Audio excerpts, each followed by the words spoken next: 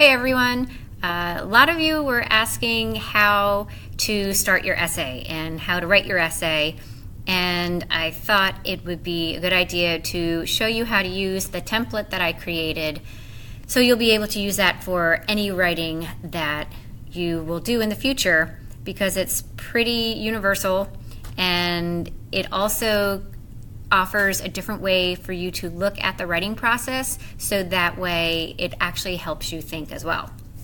So I gave you the hard copy over on the what do you call it? The shelf in the little metal containers over there. And here it is. What I did was I took the electronic version and put it here sent it to OneNote, and here's the graphic organizer essay template, and over here, if you look, this is the work that I did for the thinking ahead of time. I was using Dorothy from The Wizard of Oz, and this over here is basically the information that you had done for your superhero in that unique versus universal chart where we conferenced and I looked at your thesis at the bottom. So this is my stuff here from that same concept of that graphic organizer, and then I'm just going to drag it over here so you can see how I can transfer information from the one sheet to this sheet, and it winds up becoming a pretty nice if you want to call it like an outline before you actually go and type up your essay in the Google Docs. So right here, how is Dorothy Gale an example of a modern classic epic hero? Modern yet classic. So that is basically the question that I'm trying to answer in my paper. So that is the question over here, the topic, if you will. So you will be saying that yours is the Flash or Wonder Woman or the Hulk, right? So that is the one that I'm just going to take and put right here. So you'll put yours there if you choose to use this essay template. So down here, unique versus universal, well, let's talk about Dorothy from The Wizard of Oz. So how is she unique? She is not noble or royal because, as you know, in an epic hero, they're supposed to be that, right? And she has no superpower, really. She's just a girl from Kansas. From the beginning, anyway, she doesn't have any of these superpowers. She's not super strong. She's not doing these huge epic battles. She has no reputation, just like, or unlike Beowulf. Beowulf, everyone knows who he is. As soon as he gets there, they're like, oh, we've heard of you. And he says, I'm the son of this and coming from here. And she has no legacy. She has no fame.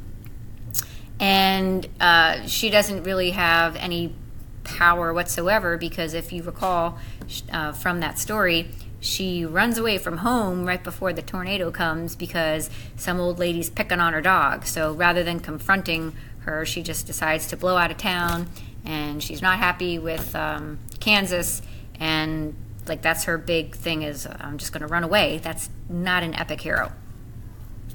So there's the proof, right? So this is how she's unique. She is in no way an epic hero when you have all this stuff. When she does defeat the one witch, they don't say like, congratulations, all these riches are yours. They say, oh, that's great. Now you're going to have to take a walk down a yellow brick road for a long time to get to this Emerald City to see how you can get back home to Kansas. And that's not how Beowulf, he gets all kinds of riches. Later on, he's king, and that's not Dorothy. So then why even talk about Dorothy, right? Well, when I was looking at the graphic organizer, or not the graphic organizer, the infographics from that blue folder that had what an epic hero is and the hero's journey according to Joseph Campbell, right here, if you can see on the screen, she goes from Kansas to Oz. She goes from black and white to color. She goes from a normal world to a special world, and that's definitely part of the epic hero trope, or the hero's journey, I should say. Does she go on a quest? Absolutely. She goes on a quest to try to get back home. She has to go on the Yellow Brick Road, go to the Emerald City. If you look at that 17 cycle, hero cycle, one of the things is that they confront a father figure. And just the issue of having a father figure in the mix, or a flawed father figure, and then the hero will confront that father figure. It's in that infographic. And first off, Dorothy was not raised by her biological parents. She's with Uncle Henry and Auntie Em, so she's got issues with her father, whatever that means. And then she has to meet the Oz, who is great and powerful, and he's the one who is going to tell her how to go home, and all these munchkins in Munchkinland revere him, and he's this masculine alpha type of figure, and she has to confront him in order to get what she needs. So definitely we got that going on. A goddess usually comes in and helps, and she has Glinda, the Good Witch of the North, who descends in a bubble and gives her the red shoes and gives her a kiss on the forehead to protect her. And then later on, when the balloon goes off without her, she comes in and tells Dorothy that she's got all the power. And then does she return to the normal world, having been improved from the whole experience? Absolutely. She wakes up and she is there in her bedroom, and it's black and white again, and she realizes that there's no place like home. So right here, here's the universal themes, and I give the proof right here. So you should have done that already in that one graphic organizer.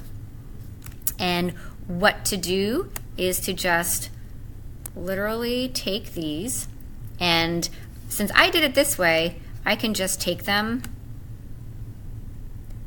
and do something like this and move them over here just so you can see how it would look, right?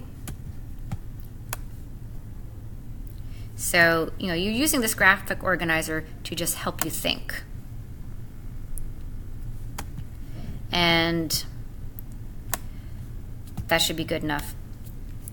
Now, as I was talking about some of that stuff, I realized that a lot of the issues in the introduction and the preface to Joseph Campbell's Hero with 1,000 Faces were present. So what I could do is take that graphic organizer from class with all of those different boxes from Foster on the one side and Campbell on the other, and I could take some of those quotes and insert them right here, and that way I'll make sure that I have that required supporting content from the outside sources, right? Didn't do that yet because I just wanted to show you how this works here. So if I go back over here, so when I'm looking at all these different points, I came to a realization here.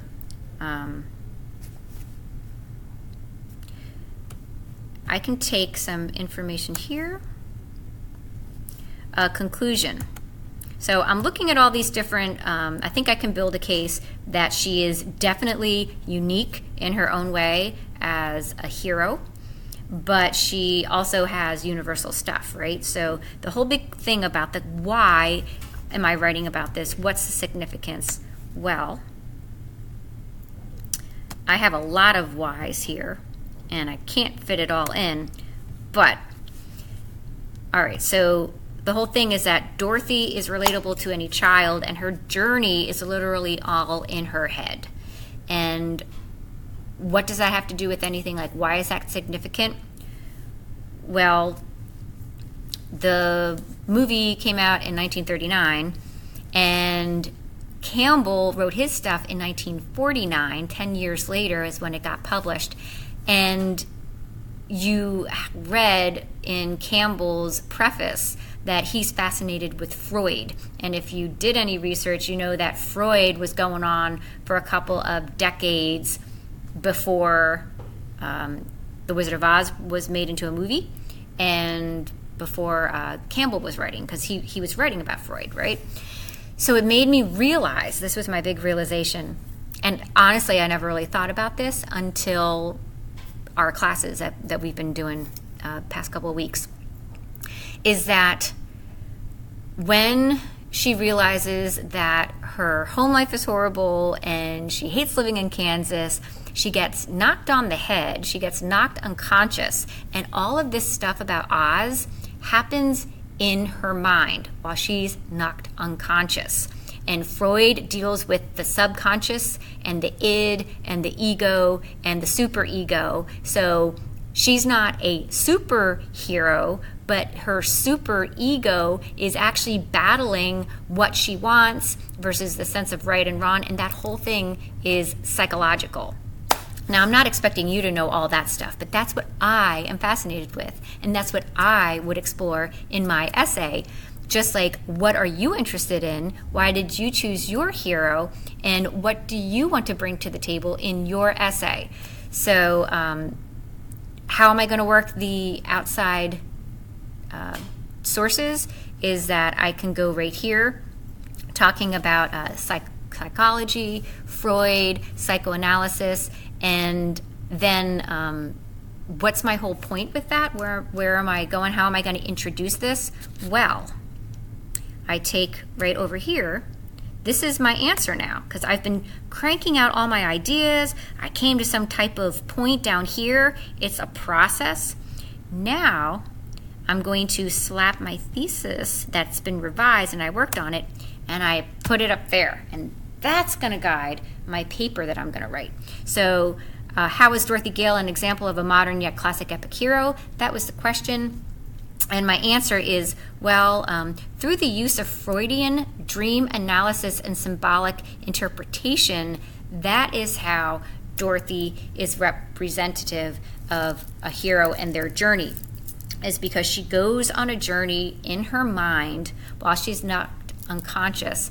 And all of those people who are in her life are actually symbolically represented in the Tin Man and the Straw Man and the Cowardly Lion. And there's tons of symbolism there. And that's what Campbell talks about, is all about symbolism. And he talks about that in his preface. And now I have something that I could write about. And you'll notice that my refined thesis was the last thing to go in this graphic organizer.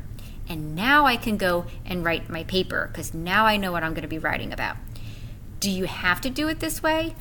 No, you don't. Will it help you? Absolutely. If you elect not to use a graphic organizer and you just start writing your paper, what happens is some people have writer's block and they say, I don't know how to start my paper, because really you haven't come to a conclusion yet about what you're writing. You have to do all your thinking up front. Your conclusion is the result of you exploring all these topics in your graphic organizer. The conclusion, I read last in the paper, but it should not be the last thing you write.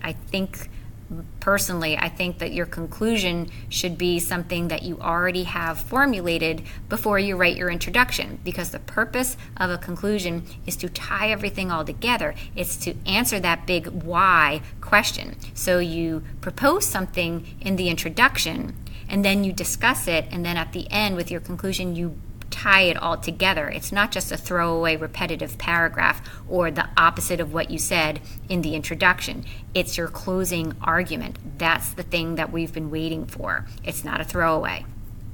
Your introduction is the thing I read first, but it may very well be the last thing you write, because it's a way to introduce the paper that you've written. All right? So that's a lot that I threw at you. I hope it's very helpful, because you could see the process and how I used it. I hope that 15-minute investment creates a payoff for you, not only just for this paper, but for papers in the future. The whole thought process of how do I go about writing something that results in a great essay. Thanks a lot, and good luck.